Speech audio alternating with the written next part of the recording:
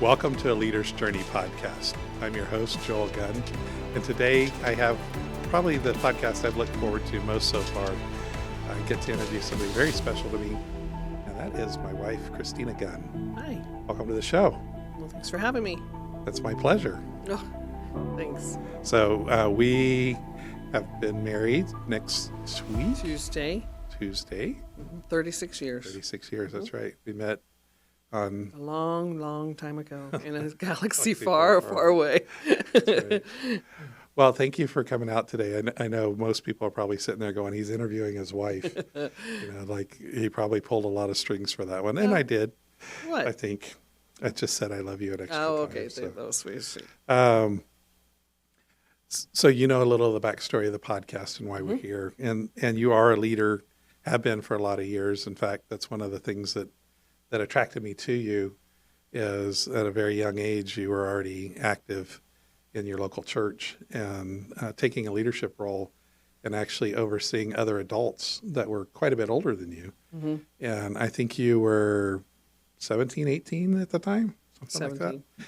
Yeah. So that was one of the many things that attracted me to you. I'm still doing that in my current role. Teaching No, 3 to 5 year olds. No, older people. Managing. I thought you were going to say I'm the 3 to 5 year old you're still taking care of. Yeah, So well, anyway, that's another discussion. Yeah. So the audience probably doesn't know you at this point. Hopefully after the next hour or so they will. Tell me a little bit of your backstory, in particular, any events in your past that you felt like influenced who you are as a leader. Well, I know I was the only child, and so I was raised a Jehovah Witness, and so there was that automatically I was set aside for something different. I wasn't able to join a lot of participation in class due to my religious beliefs. Couldn't salute the flag, couldn't celebrate holidays. And so because of that, or birthdays, anniversaries, nothing like that. So a lot of that isolated me already and it kind of make me feel out of the group, out of the norm. Mm-hmm. So that was from early days of... I was 3 when that started. Okay. And then so all through kindergarten, elementary. And into middle school. Mm-hmm. Mm-hmm.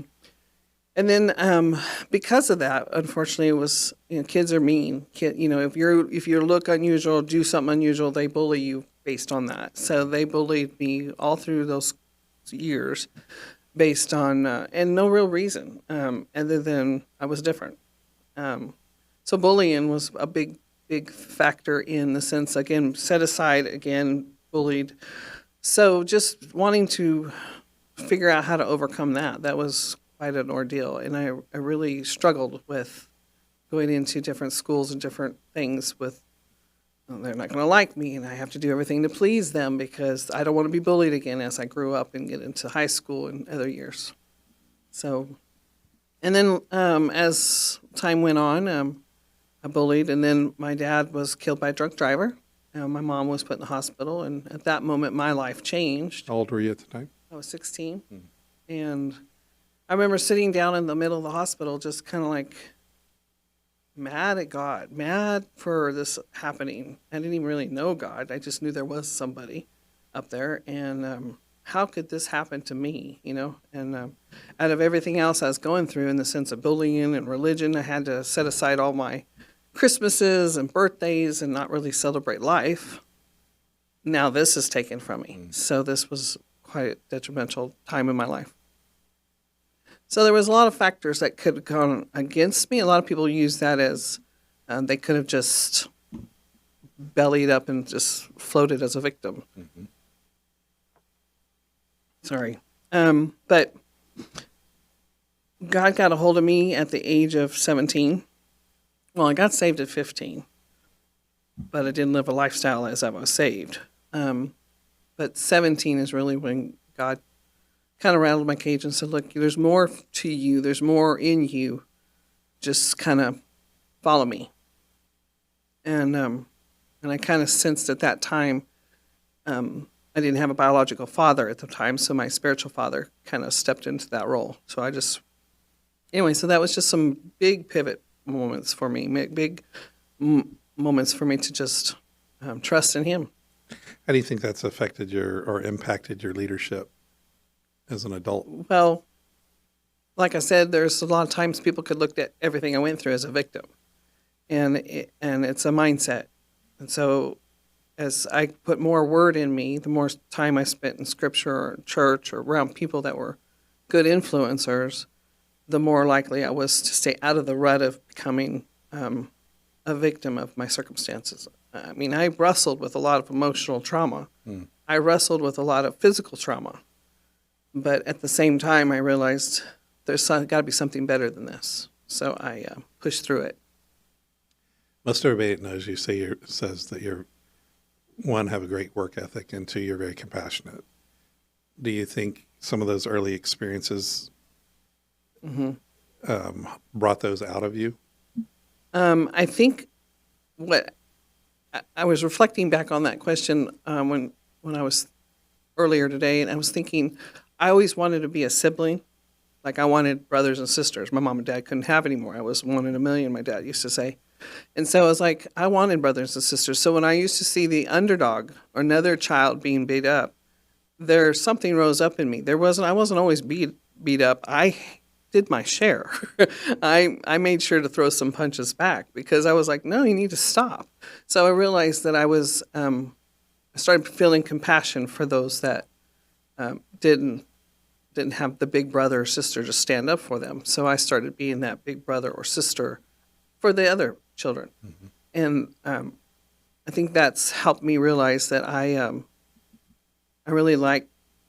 have compassion for anybody that's cleaning the restrooms to all the way to the CEO it's everybody's a person to me. I don't see titles are there, but I don't see that being as important as the person themselves. That's good. When it comes to leadership, how do you define success?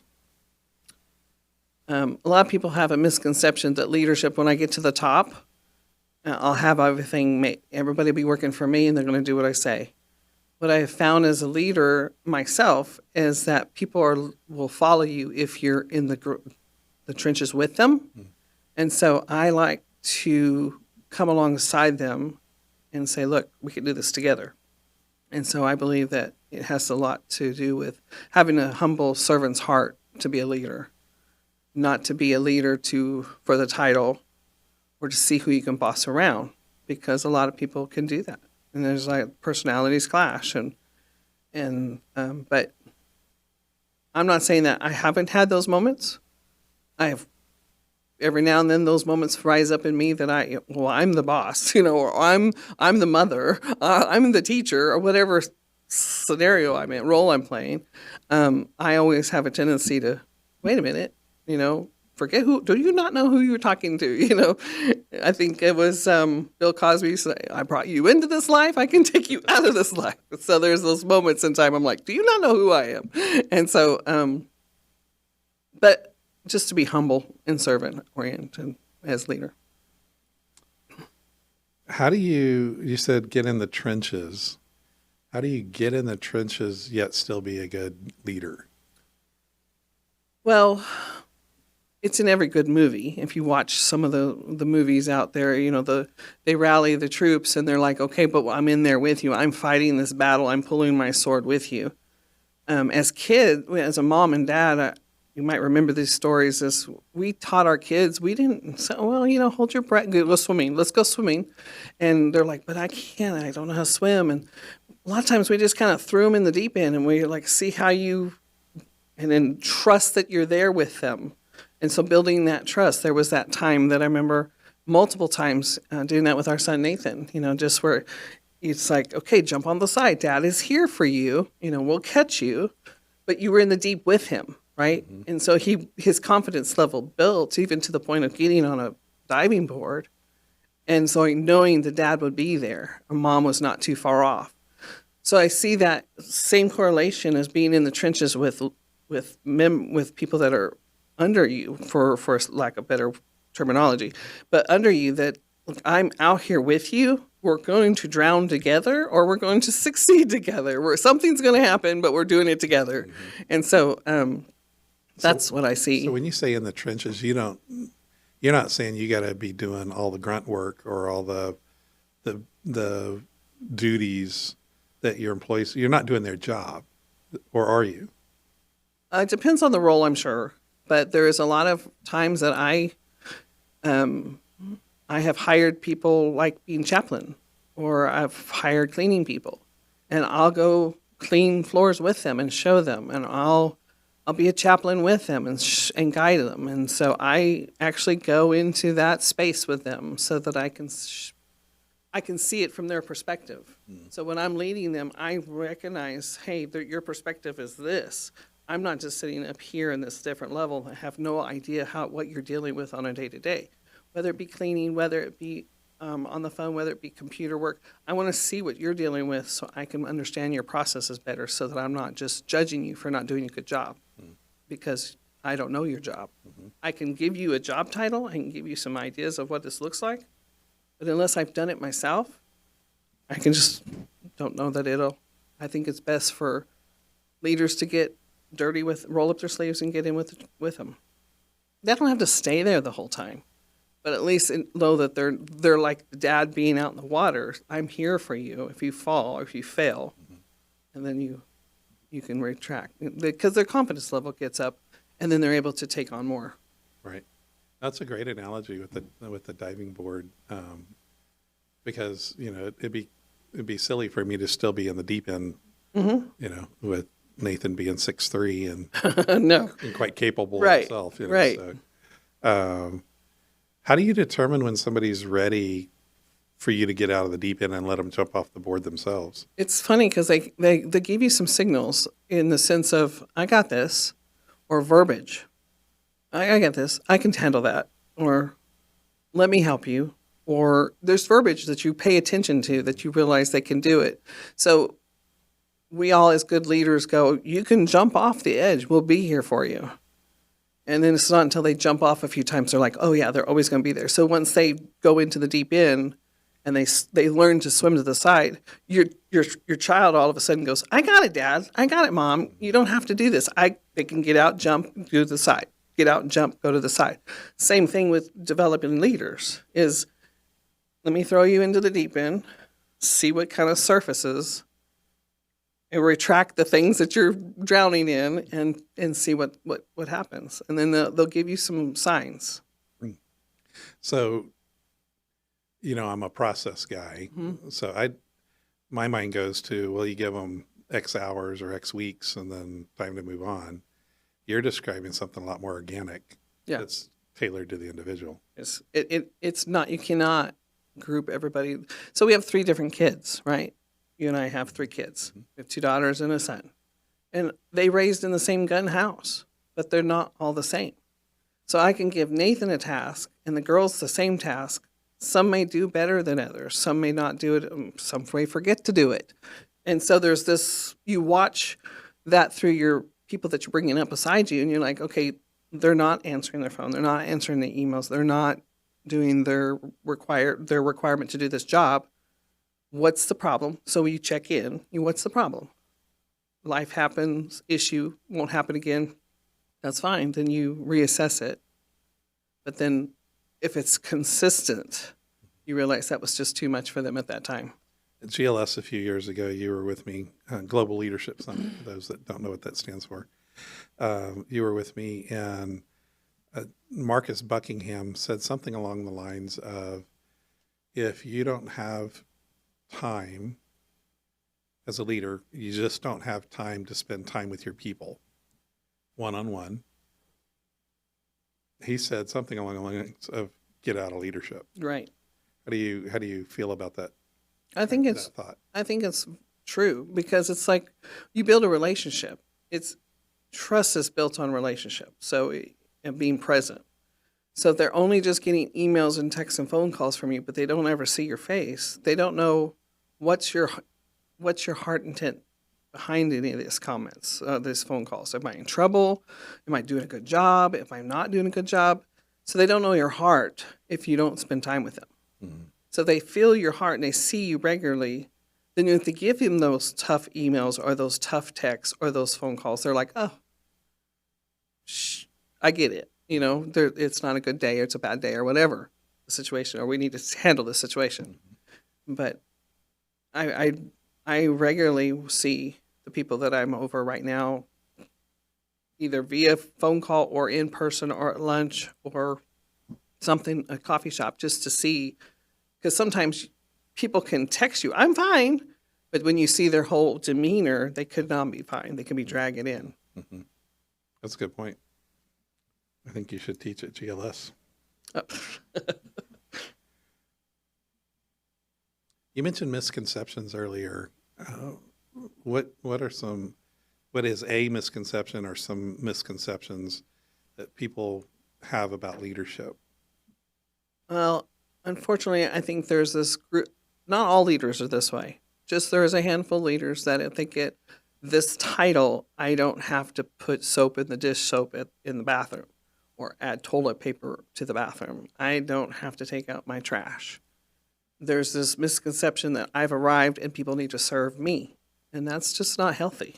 Mm-hmm. And so if people can see that being a leader is being humble and servant heart, then people are more attracted to that than they are the dictatorial, this is who I am, and you're going to do what I tell you to do type thing. Mm-hmm. Have you ever been around a dictatorial leader? Nobody. Nobody. No, I've never seen one in my life. I'm really not knowing that I want to look forward to seeing one, but I've heard about them. What have you heard about? That they're not nice people. Oh, yeah. Okay. They can get task-oriented more than relational. Mm-hmm. And so task-oriented, I understand that there's process, like I'm not saying a business owner has to shut down the business because someone's having a bad day. This is where I'm going to put a plug in for chaplains. Chaplains come alongside business owners and help with that because they can process with that, and maybe that person's just not having a good day, but the business doesn't have to close down, right? Mm-hmm. They just keep going, business as usual for the rest of the group, but take that one person aside and say, how's it going? You lost your mom, you lost your dad, you're not feeling well today. Let's process that. So anyway, that's what I think. We jumped right into the podcast without telling the audience who you are. Not only are you my wife, you're currently the executive director for South Texas in Marketplace Chaplains. You got a couple of dozen chaplains reporting to you, and between you and your chaplains, you care for thousands of employees on a regular basis, daily. Basis. You and your team are on call 24/7.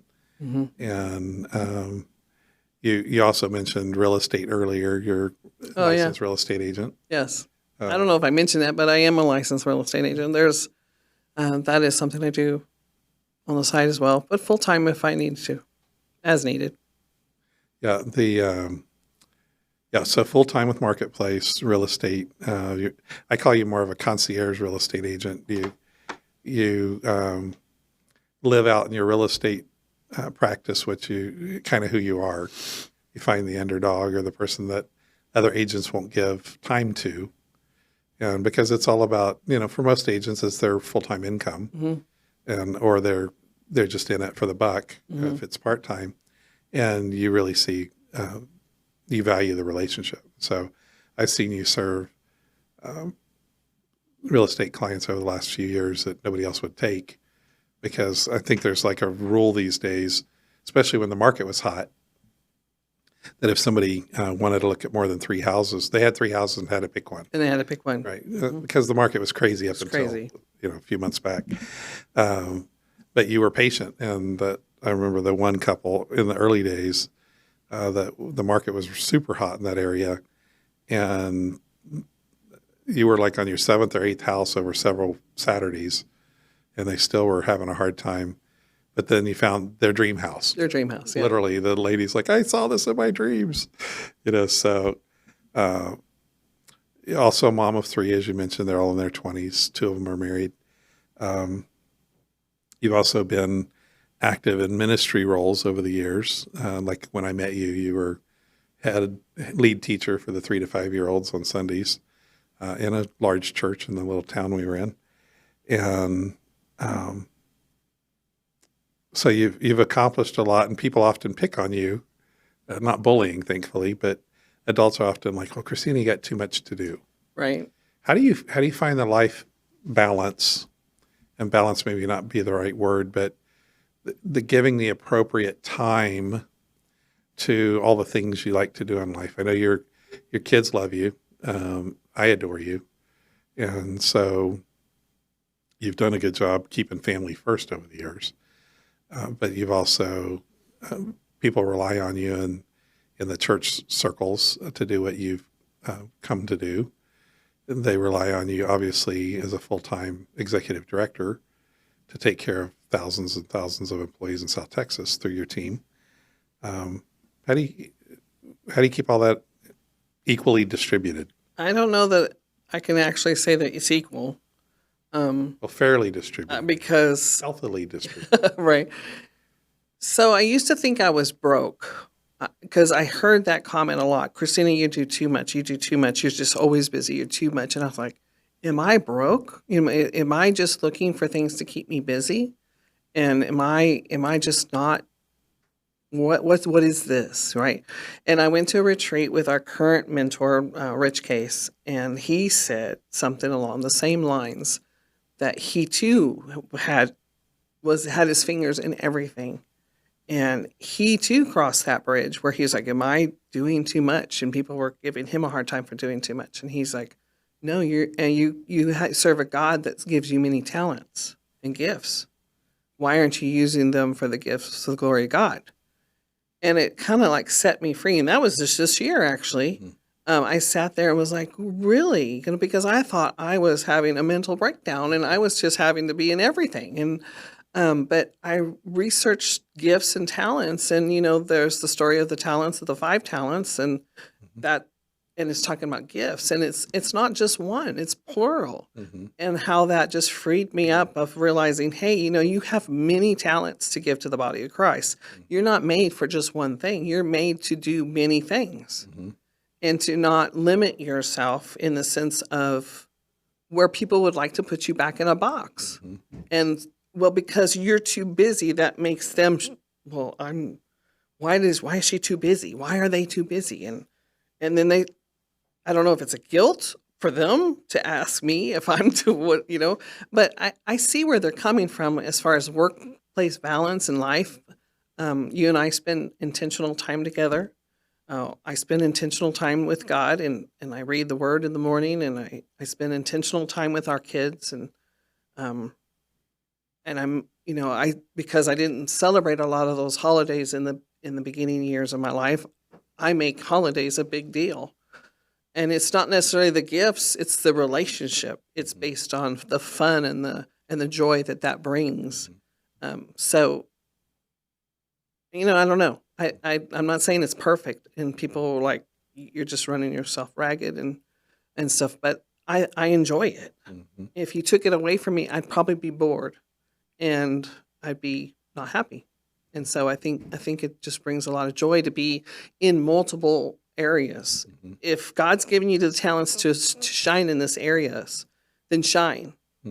And I've also found that I just don't want to be idle. If there's a soul to be saved, or to a child to be loved on, or a person to be encouraged, then why are we sitting around wondering who's going to do it next? I just don't want to be that passive person. And that's definitely who you are. At the same time, over in the recent years, you've learned to slow down and take a break. Do you feel like that's been healthier than It has the been. previous pace? Yes. There was a pace that I was doing that and being a mom, and I didn't. Sometimes I lacked in the being the mom part better than what I was currently doing, maybe for the ministry or church. Maybe I was doing a great mom. Maybe I wasn't as good as a wife at that time because of the juggling, or maybe there was school wasn't as important with the kids because I was juggling too much over here. So I can see where there was parts that I didn't do well. And, we put that all under grace, and we ask for forgiveness, and we learn from our mistakes, and we try to do it better going forward. What, just off on a rabbit trail for a second, what do you enjoy doing? I enjoy gathering people and encouraging people. I enjoy serving being servant oriented. If we have something to do, is there someone that needs something that needs to be fixed or cleaned? I mean, I love to serve, and I love to gather people, and Definitely hospitality is Mhm. a gift for you. I just enjoy having people around. The Hmm. more the better. I always had this in my back of my head was like, well, you invite people over and you're like, there's this one more person I need to invite. If they say no, that's fine, but I just need to make sure they know they're welcome, whether it be a holiday or just a picnic at the park. Hmm. Yeah, we actually found out recently some of our family didn't necessarily appreciate all those years we were inviting extra people to, Thanksgiving or whatever. Well, But, we know, but we won't talk about that. yeah, but we had fun. So, It really, it goes back for many reasons, but it says where two or more are gathered, he is in the midst of me. So I keep thinking that if I gather, God's presence is in the midst of this. mm, And so if the more I gather with people, two or more says, I usually lean with the more. I want his presence there. that's great. Because I've had kids come over, with the kids, our kids come over, our friends' kids come over, sorry, and go to sleep in our house and just never had that restful peace sleep before, or just, when they were young. And I was like, I just like hanging out at your house. I don't know why. Because I open my door, my fridge to everybody. Hmm. That's not everybody. No, I'm kidding. God supplies. God supplies. You're one of the things that kind of got you in trouble so you and I met at 17. Trouble? I'm in trouble. You and I met at 17, so we've known each other a long time. One of the things, especially in the early days, that got you in trouble was you were like, well, we call it a different word these days, and I'll use it in a second. But back then it was like, well, I can speak my mind if I want to. Yes. I don't need to hold back. I am who I am, right? Today we started calling it a fancy word, authentic, right? Be your authentic self. They don't want to see me. It's not they used to be. Yeah.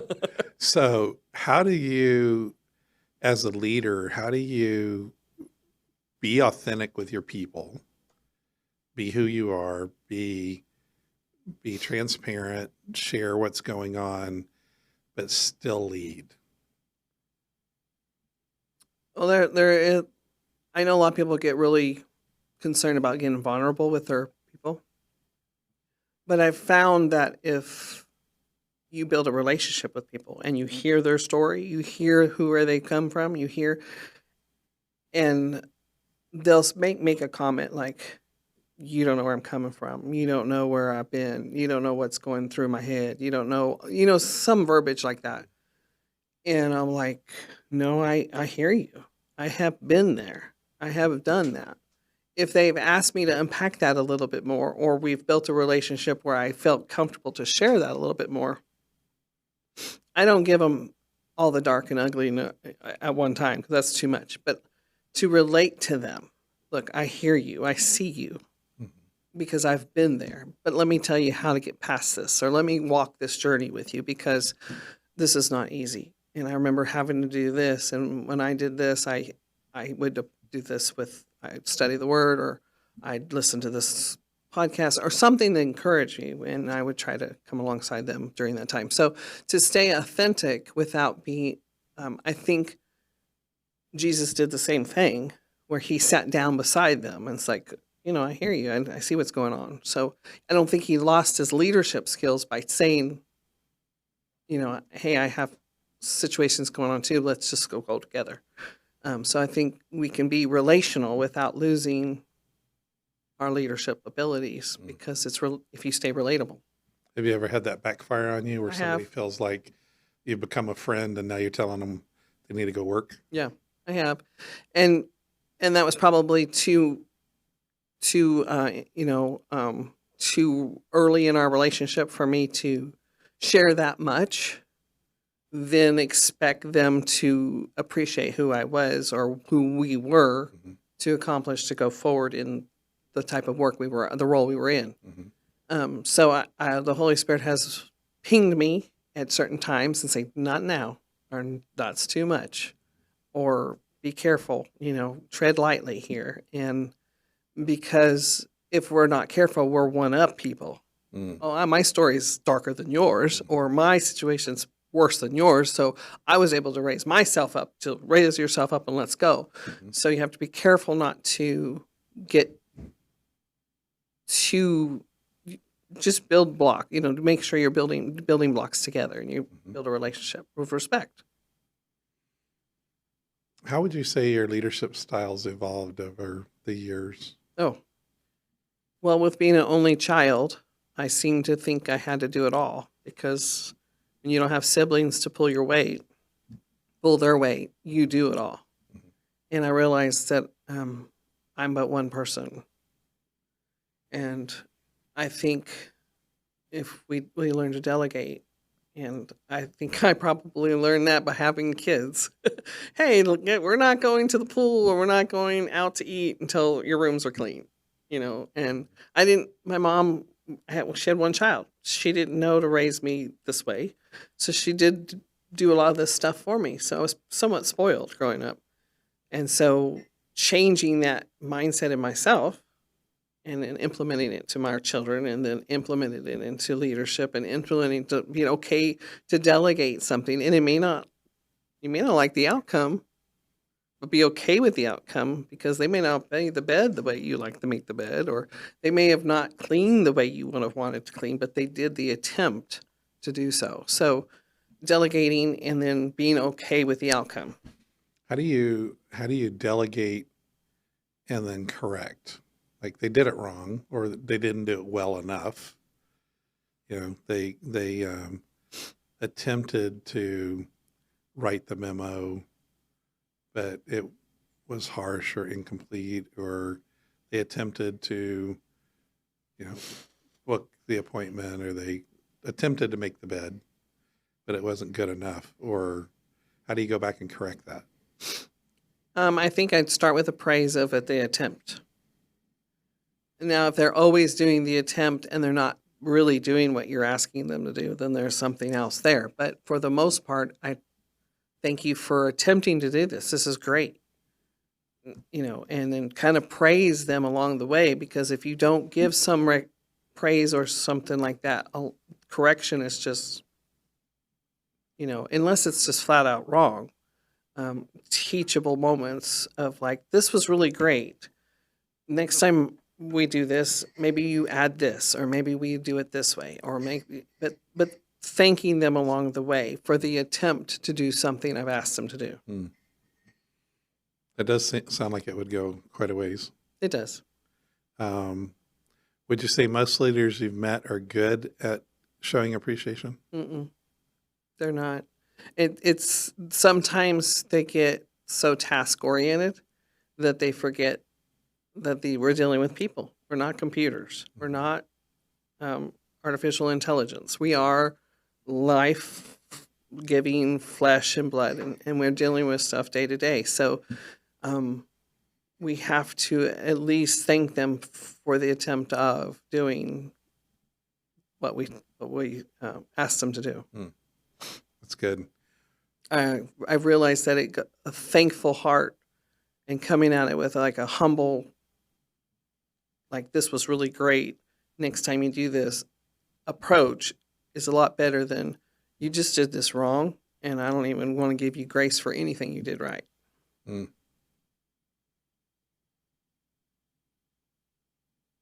good. How would you encourage people listening to the podcast that maybe aren't good at delegating? You've learned to delegate. How would you encourage them to get started? Well, I was thrown into the deep end with the executive director position of Marketplace Chaplains. Unfortunately, the leader before me had health challenges and then had passed on. And there was a lot of scattered sheep. There was a lot of scattered chaplains. And they didn't really know what to do. And I really just had to work on building that relationship with them to bring them in. I hear you. I see you. I understand. I'm sorry. A lot of treading through the emotional part of it. Mm-hmm. And then as we transitioned into now we're building strength and they know who I am and tossing the bait out there like this is a need and see who took the bait, see who took it. And I had some people, I'll help, raise my hand, I'll help. There's, and sometimes it's just for that season because there's new transition happening, there's new growth happening. So those people that initially helped might have been 10 people because there was transition, there was new growth. Now we might have 5 people. Now you might have just 2 people. And because they were just there for that moment. But then you start seeing the cream of the crop kind of rise to the top. Who stays with you the whole time? And then, so then just like, and then again, hearing their verbiage, how can I help you? How can I help you? Is there something I can do? What do you expect from me this month? That's what I'm getting from my current chaplain coach. He's like, what can I expect from you this month? And so he's asking me to give him some kind of, layout of what this month looks like because I can shoot from the hip and be not as organized as I should be. So let's say you delegate something. How did you decide what to delegate? Thinking of your more recent experience the last couple of years, how'd you decide? Because you've actually become very good at it. Other people, other leaders are looking at what you're doing and going, how do you do that? I mean, you make it look so easy. At first it wasn't. But how did you decide in those early days what to delegate and what to keep? I guess in the beginning, it's simple stuff like, can you send this email out? And in this email, hit these 3 bullet, these, and then see how that's responded, how that goes out, tag me in it. And then, okay, you get this and this next time. And just seeing it evolve over a period of time to see what's accepted and what's not accepted and what I can, just how much I can actually grow in this area of pushing people to their potential without pushing them completely away. And so just learning. There's a lot of leaders though that don't want to give up stuff. Right. How did you cross over from just let me do it, it's faster, or let me do it because if it goes wrong then it's on me. There's all these things leaders tell themselves. How did you cross over from you were the worker bee most of your career in various careers? You were always the one that was getting things done. How did you come to the realization, force yourself? Did you have an epiphany? There was an aha moment. What was that transition from I've got to do it all, which has been most of your life, to recently other people can do most of it? Yeah. I think it was being okay with the outcome. So as a leader, you realize if I delegate all this to you, and it goes past me up north, or it goes past me to clients, it goes past me and it's not handled well, there's this ripple effect that it could, really sabotage you as a leader. And I've had scenarios like that happen. I gave too much too soon, or I didn't delegate appropriately. So I understand that there's this dynamics of doing it in waves, evolving into something that's relational. And so, but being okay with the outcome. So if you're going to make that choice where you delegate to somebody and you just have to be okay with the outcome. That's why most leaders don't delegate, because they're not okay with the outcome. Right. Of trusting somebody else to do it. Right. Well, but because, look, I've been hurt many times. It goes back to being bullied as a kid, being, other scenarios in my life that's happened in work life, in school, in church. We've all been hurt somewhere where we don't know where to trust anymore.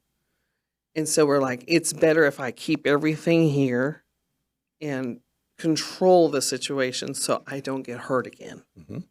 And so we're looking at trying to make sure that we're not hurt. We build up these walls. How does a leader step outside that, though, and find the courage to delegate? They're really going to have to lean on the Lord. It really just comes. I don't do it perfectly, and I don't do it well all the time. But if the things I do well, or things that come back to me, and I hear good report through the grapevine, I tell them all the time, then that was God. Then that had to be God. Then that was just the right time because that's what God instructed me to do. Mhm. So if we're not being sensitive to the Holy Spirit, we're spending time with God, we really won't know what to let go of. We will hold on to everything. So some of the audience may not be Christ followers. Okay. Some of the viewers may never really have heard this idea of paying attention to the Holy Spirit or being Okay. Spirit led or whatever. What is that like, or how would you describe that to somebody that maybe is not as familiar with it as you are? Mm. Well, that took a period of time too. So it's just that inner knowing of a lot of people are well educated. So a lot of books and a lot of podcasts and a lot of teachings will also kind of tell you follow your gut, Mhm. follow your instincts. Okay. So if you follow your gut, your instincts, for the most part, you'll do good. If your gut says or your instincts say to delegate something and you don't do it, then you're not even sensitive enough to your own beliefs or what you're believing in. Yeah, you're deceiving yourself. Right. You're saying, Yeah. you say, no, I understand how to do this, but you're not truly even just listening to your inner voice. Mhm. Okay, that's a great way to explain it.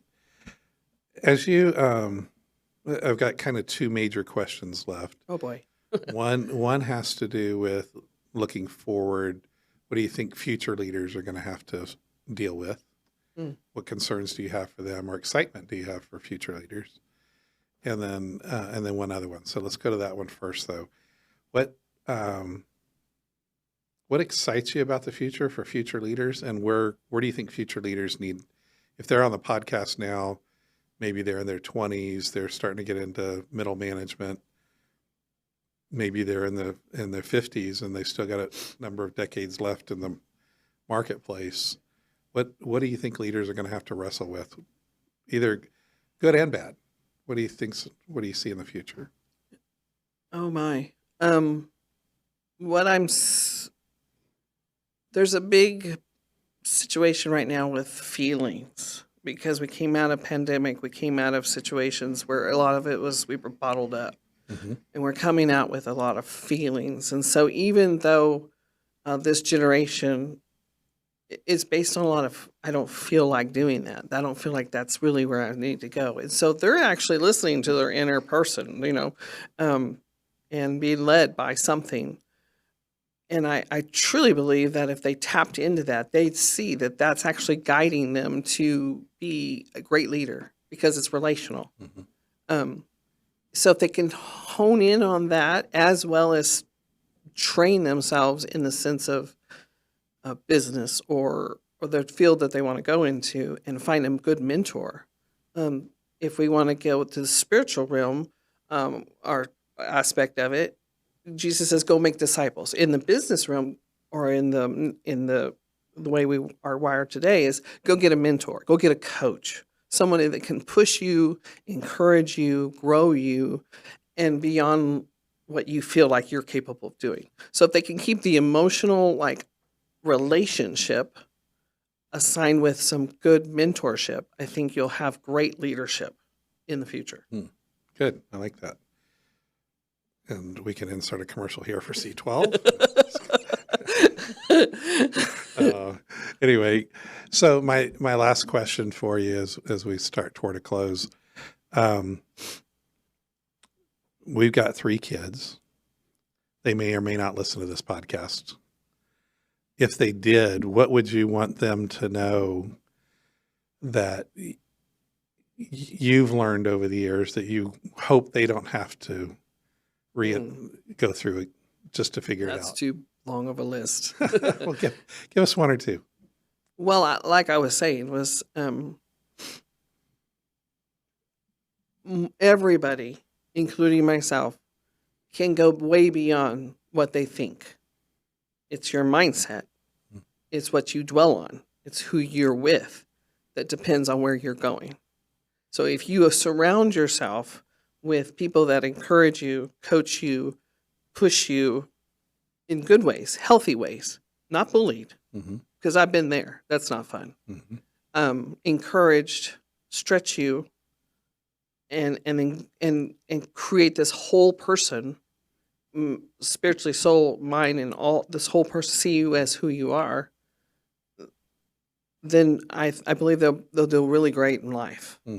But if they don't see the importance of little things, I saw something recently. It says, our kids will take our money, but they won't take our advice. And if they just took our advice, they wouldn't need our money. So there's this that I was like, well, they don't need our money anymore. But at the same time, we say stuff and you're like, did it sink somewhere in the middle? And that's not just with our kids, but it's just with people in general. And so there's this time that I realized that if they'll just hold on to the things that are important, relationship, but also make certain things a priority and don't overlook the little things that could grow into bigger things. Because we always want to make sure that we're guiding and directing our children well. And then sometimes we were like, we see them and we're like, well, okay, then you're doing great. But encourage them even in their good little steps that they're taking. Just be there for them and encourage them. Because again, they're attempting. And so we praise the attempt, right? And we give grace to those that we don't care about the outcome. So we care about the outcome. But For the spouses listening to the broadcast, what would you say to them if they've got either they're both leaders in the household or they've got a dominant leader in the household? Any tips or tricks you've learned in dealing with leader types? I'm still mastering that. We both have pretty predominant personalities. Yours is pretty A, and I'm kind of go with the flow. And but just to be heard on both sides, heard, not hurt. No, heard, like listened to, and be thankful and grateful for the attempts, for the things that did, and don't be okay with the outcome, and just treasure the moments together, because in the grand scheme of things, it's those other things that are stirring the pot or pulling triggers or whatever is going on because someone has got a feather in their hat and needs to whatever. It's not as important as the relationship. So relationship, if you can keep that priority, everything else kind of falls into place. Well, as we close, I just want to say I'm super proud of you. Thank you. Thank you for coming out today and spending some time with me. Yeah, it's fun. And we'll see where this goes, whether our kids listen to it or not. I'm fine with that. Good. Well, thank you. Thank you for having me. And I love you. Oh, I love you too. Happy anniversary early. Happy anniversary early.